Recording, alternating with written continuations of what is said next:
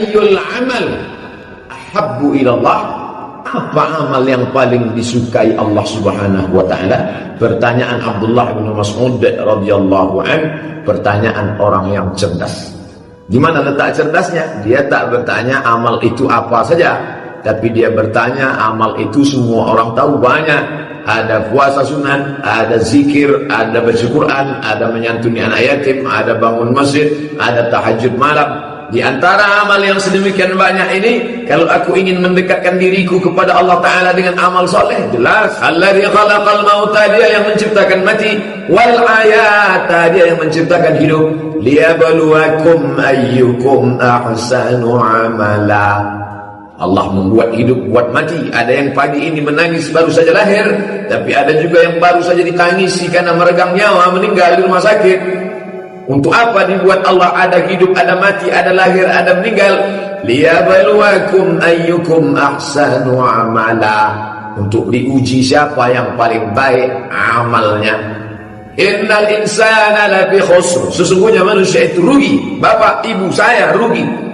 Illal ladzina amanu, kecuali orang yang beriman, wa amilus shalihat, aman. Tapi Al-Quran tak ada menyebutkan secara eksplisit, secara detail, di antara amal-amal yang banyak ini, mana yang paling disukai Allah Subhanahu wa taala. Kata Nabi sallallahu alaihi wasallam, as-salatu ala waqtiha. Itu yang pertama. As-salatu ala waqtiha, salat di atas waktunya. Dalam riwayat lain dikatakan as-salatu fi awwali waqtiha. Itu dia penjelasannya. As-salatu fi awwali, salat di awal waktu. Apa perbuatan yang paling ringan? Meninggalkan salat. Sekarang orang ringan saja. Kalau wali kota mengundang, datang jam 12, jam 11.30 sudah duduk di situ. Tapi kalau panggilan Allah Ta'ala, hayya 'alas shalah, panjang lagi waktunya, sampai 13:14, pukul 3:14 masih ada lagi terbentang. Begitu banyak orang yang ditunda sampai ke ujung-ujung sholat.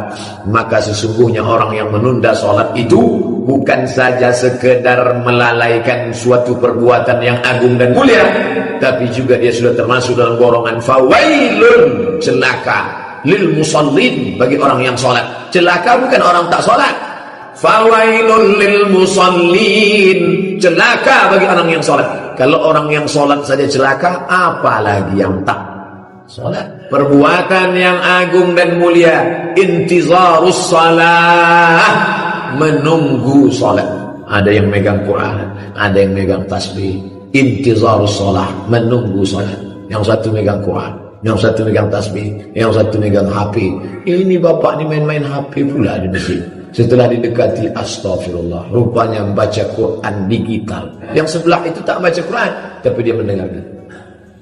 Wa idza quri'al Quran, kalau Quran dibacakan, fastami'u, dengar baik-baik, wa ansitu, diam, la'allakum turhamun, kamu dapat rahmat. Yang membaca dapat rahmat, yang mendengar dapat rahmat. Wa nunazzilu minal Quran, kami turunkan Al-Quran, ma huwa syifa, penyembuh hati yang luka, penyembuh pelipur lara, penyembuh hati yang sempit. Tidak ada obat lain kecuali koneksi dengan Allah diperbaiki. Putus hubungan dengan listrik, susah hati kita. Putus hubungan dengan kawan sahabat, galau, kacau. Bagaimana dengan putus hubungan dengan Allah Subhanahu wa ta'ala? Maka orang sekarang banyak yang sudah memutuskan antara makhluk dengan Khaliq. Makhluk yang diciptakan, Khalik yang menciptakan. Tak boleh putus kontak. Ketika putus hubungan, disitulah puncak daripada kehancuran.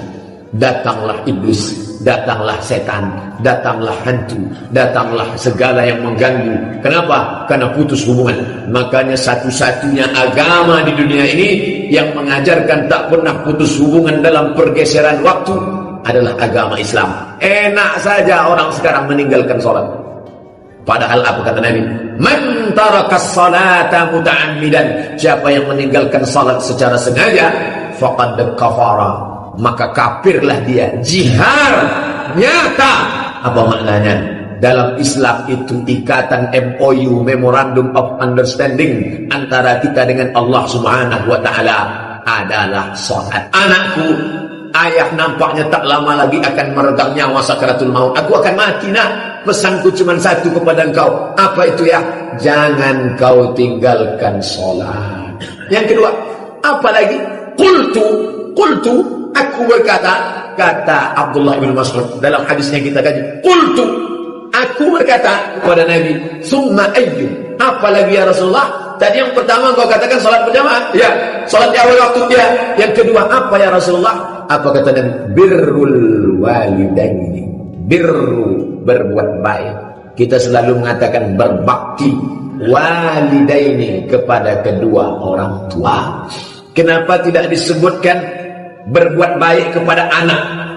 Kenapa tak disebutkan berbuat baik pada istri? Karena semua suami pasti sayang sama istri, karena ada yang akan diharapkannya dari istrinya itu. Cintanya, cantiknya, mesranya, perhatiannya. Ada sesuatu yang diinginkannya di masa akan datang. Kenapa tak dikatakan buat baik pada anak? Karena orang pasti sayang pada anak. Bapak sayang betul bapak sama anak bapak. Iyalah Pak Ustaz, ini investasi dunia akhirat saya nih. Ada harapan ke depan. Sedangkan orang tua masa lalu. Orang tua itu masa lalu. Itu siapa orang tua saya? Apa budi baiknya? Dia pernah mengandung saya. Dia pernah menyusukan saya. Dia pernah membesarkan saya. Pernah dulu 39 tahun yang lalu. Hari ini tinggal tuanya saja. Apa yang kita harapkan dari dia? Tak ada. Maka Allah pesankan kepada kita langsung, wa qadara rabbuka alla ta'budu illa iyyah. Allah wajibkan kalian menyembah kepada Allah saja. Setelah Allah langsung wabil walidaini ihsana. Habis Allah langsung orang tua. Tidak ada garis pembatas antara Allah dan orang tua. Makanya dikatakan ridallah fi ridal walidain. Ridhonya Allah, cintanya Allah, kasih sayangnya Allah fi ridal walidain, ada pada ridho orang tua. Murka Allah di mana letaknya? Wa sukhtullah, murka Allah fi sukhtil walidain, juga ada pada murka kedua orang tua. Kenapa bapak menangis terisak-isak sampai begitu hebatnya, padahal bapak orang yang tegar, orang yang kuat? Tak ada guna bapak mengaji sampai tak bisa menerima takdir. Itu orang tua meninggal, lepaskan saja Pak. Umurnya sudah sampai, dia sudah tua. Kenapa bapak menangis? Pak Ustadz, saya nangis bukan karena mak saya ini mati. Lalu yang bapak tangisi apa? Yang ku tangiskan ini, tiket ke surgaku sudah habis. Betul, janji Nabi Sallallahu Alaihi Wasallam. Dunia boleh berganti, zaman boleh berubah, masa boleh berputar, tapi isi dunia ini tetap ada dua. Orang baik, orang tak baik. Orang berbakti pada orang tua, orang durhaka, kerak neraka jahanam tempatnya. Menangis, meraung, mencakar dinding, tak ada guna penyesalan. Pikir dulu pendapatan, sesal di akhir tiada berguna. Kalau masih ada nyawanya, masih lagi dia hidup bersama kita, cium tangannya, peluk erat tubuhnya, apa yang diinginkannya, maka jagalah sebaik-baiknya. Karena kata Nabi, birrul walidain. Ya Rasulullah, ya, uktutibtu, namaku sudah tercatat sebagai orang yang ikut perang jihad. Aku ingin masuk surga dengan jihad. Kenapa? Karena kalau aku mati fisabilillah, aku tidak akan merasakan sakratul maut, melainkan hanya seperti cubitan pada kulit. Aku ingin tidak merasakan azab kubur, karena tiap hari aku sudah berdoa, Allahumma inni a'udzubika min azabi jahannam wa min azabil qabri. Aku ingin supaya tidak merasakan hisab, karena aku takut segala amalku ditimbang. Aku ingin dapat 3, tak merasakan sakratul maut, tak merasakan azab kubur, tak merasakan hisab. Izinkan aku perang jihad fisabilillah. Apa kata Nabi? Alaka bin ummin, emakmu masih hidup? Emakmu masih hidup? Masih ya Rasulullah. Ilzam rijlaiha fasammal jannah. Kau urus tapak kakinya, surga berada di hadapan. Saya ini tak bisa Pak Ustaz, dengan keterbatasan saya, ngurus istri lagi, ngurus anak lagi, ngurus kantor lagi, ngurus kerja lagi, ngurus karyawan lagi. Saya berangkat pagi, saya harus pulang. Orang tua ini saya tak bisa. maka kita dengan segala keterbatasan kita masih bisa berbuat. Jangan sampai di akhir hayat kita akan menerima azab sebelum azab neraka jahanam. Orang yang minum khamar bisa jadi di dunia dia sehat walafiat, azabnya ditunda di akhirat. Orang yang makan riba bisa jadi di dunia dia kaya raya, azabnya ditunda di akhirat. Tapi ada azab di dunia pasti dapat, di akhirat pasti dapat. Dosa apa itu? Durhaka pada orang tua. Orang yang durhaka pada orang tua, dosanya diazab 2 kali. Di dunia dapat, di akhirat dapat. Jauh berjalan banyak ditengok, lama hidup banyak dirasa. Saya sudah banyak melihat orang-orang yang durhaka di masa muda, maka merasakan azabnya di hari tua. Dulu tuh Pak Ustaz sama orang tuanya begini-begini, makanya di hari tuanya anak-anaknya pun memperlakukan dia macam itu. Oh, rasakan. Apakah kalau sudah dapat di dunia azabnya, di akhirat nanti tak dapat lagi? Dapat lagi. Oh, kalau begitu Allah tak adil. Orang yang minum khamar di akhirat ada, orang yang makan riba di akhirat saja. Kenapa dia di dunia dapat, di akhirat dapat? Begitulah kerasnya azab, karena dia menyia-nyiakan orang tua. Di dunia dapat, di akhirat dapat. Di dunia dapat, di akhirat kita dapat lebih. Itu yang di dunia itu DP-nya. Nanti di akhirat baru completely sempurna. Nanti di akhirat kau akan merasakan azab akibat durhaka kepada orang tua. Uququl walidain. Hal adullukum ala akbaril kabair? Maukah kalian kutunjukkan dosa terbesar di antara dosa besar? Sahabat bertanya, "Na'am." Ya, apa dosa paling besar ya Rasulullah? Asyirku, syirik. Yang kedua ya Rasulullah, uququl walidain, durhaka pada orang tua. Yang ketiga ya Rasulullah, syahadatu zur, memberikan kesaksian palsu. Dosa terbesar. Sedangkan yang kita kaji kali ini 3. Apa amal yang paling hebat, paling dicintai Allah? As-salatu ala waqtiha. Yang kedua, birrul walidain. Tengok, pandang, lihat korelasi antara 2 hadis yang berbeda tapi ada kesamaan. Pertama, syirik yang paling dimurkai, yang paling dicintai salat. Salat lawannya syirik. Yang kedua, durhaka pada orang tua, yang paling dicintai Allah adalah bakti pada orang tua. Tolak durhaka dengan bakti pada orang tua. Yang sudah meninggal dunia, meleleh air mata darah, tak akan balik masa lalu.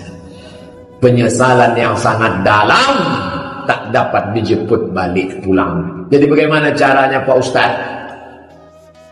Pembebasan tanah masjid semeter 500.000. Pak Ketua Masjid, saya 10 meter 5 juta untuk almarhumah emakku sampai. Begitulah cara. Ya Rasulullah, ya Ummi, amak saya matat, meninggal. Mak saya meninggal. Apa atasaddaqu anha? Bolehkah saya bersedekah? Anha, bukan untuk saya, anha, untuk dia. Bolehkah saya bersedekah? Pahalanya saya niatkan. Kata Nabi, tasaddaq, bersedekah engkau. Menghilangkan hati yang sedih, pelipur lara, melapangkan kekesalan di masa lalu. Banyak-banyak bersedekah untuk almarhumah sampai. Sekarang orang tak lagi menganggap ibu itu sebagai tempat keramat. Doamu tak dikabulkan Allah, belum tentu dikabulkan Allah. Tapi ada doa yang pasti. Mintalah doa kepada dia. Sebelum pergi jauh, mak, aku kan pergi jauh nih, doakan aku sehat. Andai aku mati, matikan aku dalam husnul khatimah. Akan kudoakan engkau sampai akhir hayatku.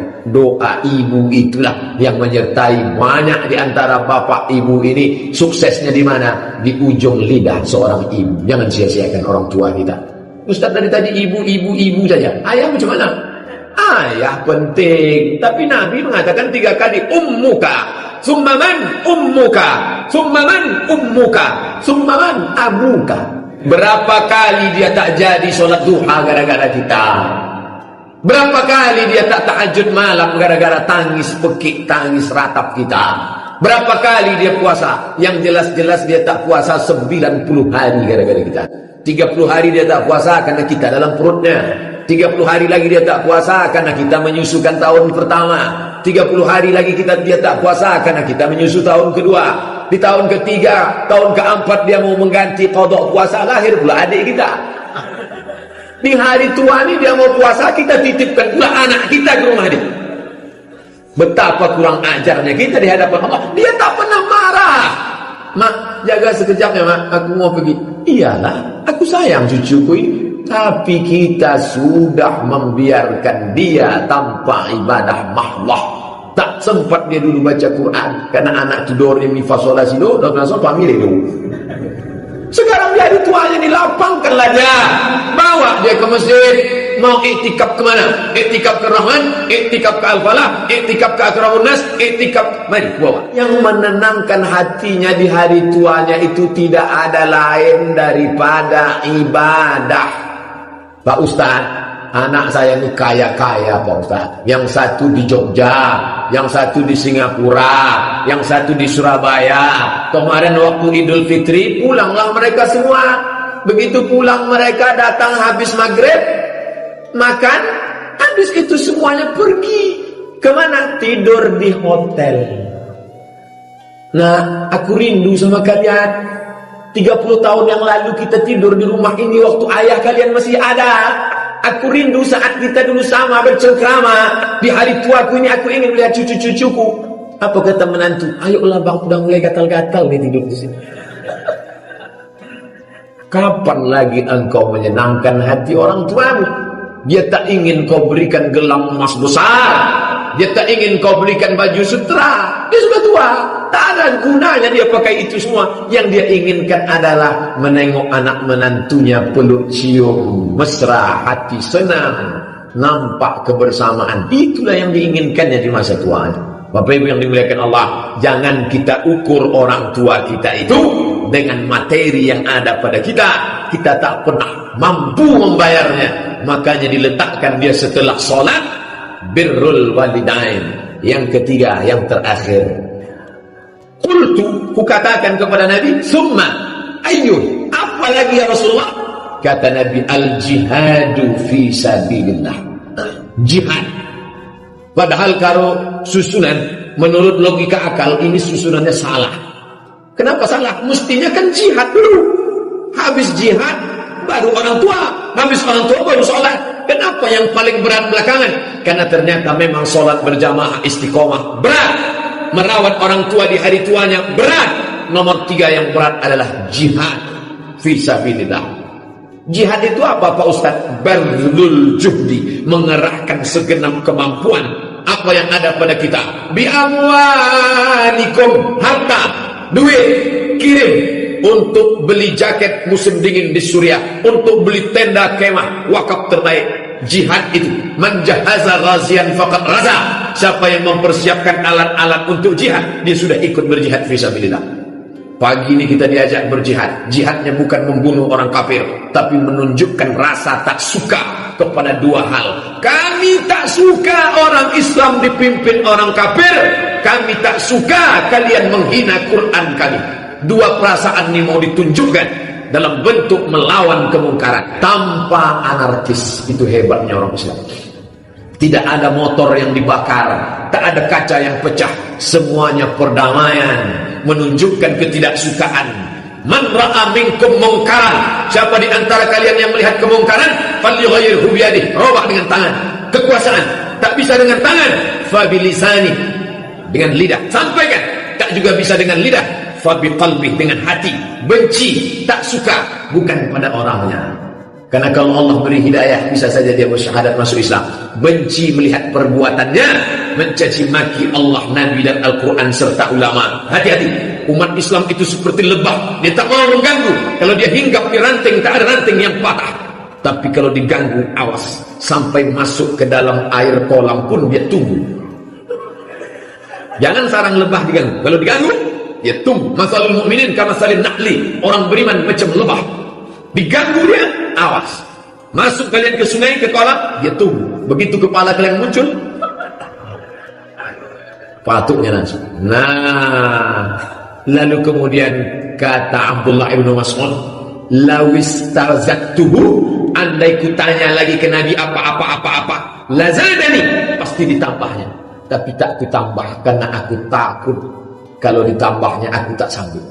Jadi Abdullah ibn Mas'ud itu bertanya cuma 3 kali. Kata Nabi yang pertama, as-salatu ala waqtiha. Apalagi ya Rasulullah? Birrul walidain. Apalagi ya Rasulullah? Al-jihadu fi sabilillah. Itulah kaji kita semua ini.